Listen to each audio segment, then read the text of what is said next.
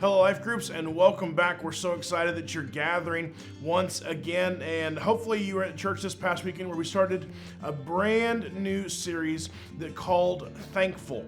And this series is going to take us all the way through the end of the year. And really the goal of this series is that in a world that's full of complaining and comparing, moaning and groaning, negativity and discontentment, then instead of focusing on those kinds of things, maybe we could decide together to be full of thanks.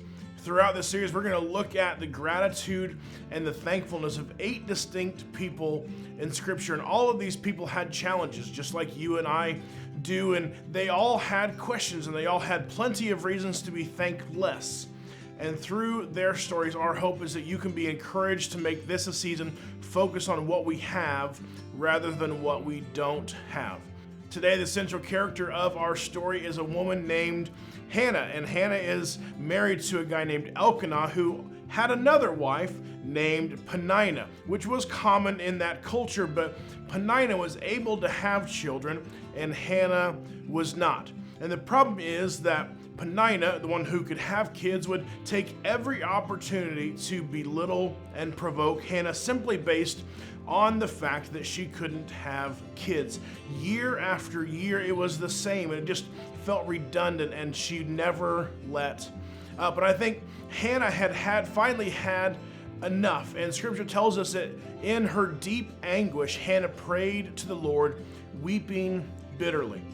So from the depths of her heart, she cries out, and she promises that if God were to give her a son, she would give him back to God for his entire lifetime. Now we fast forward in 1 Samuel, and God grants her request. Her big prayer has been answered, but now it's time for her to follow through on her end of the promise, and she gives her son to Eli the priest. Now, if we put ourselves into this story for just a moment, can you imagine how Hannah felt? Right? For years and years, she prayed and prayed and waited and prayed some more for a child, and now that she has him, she has to give him back to the Lord. At the very least, this has to be a bittersweet feeling. Yes, she's grateful that she has a son, but now she has to give him back, and she wouldn't get to see him grow up. She wouldn't get to raise him, but at the start of 1 Samuel chapter 2, Scripture tells us that she rejoices, that she's grateful. So what is it in this story that can help us to begin the journey of being full of thanks? See, Hannah boldly took her greatest desires to the Lord, and I think we have to ask ourselves if we're willing to do the same. Hannah gave up her greatest blessing to God. Are we willing to surrender the biggest blessings in our lives to God, knowing that He can take care of them far better than we can?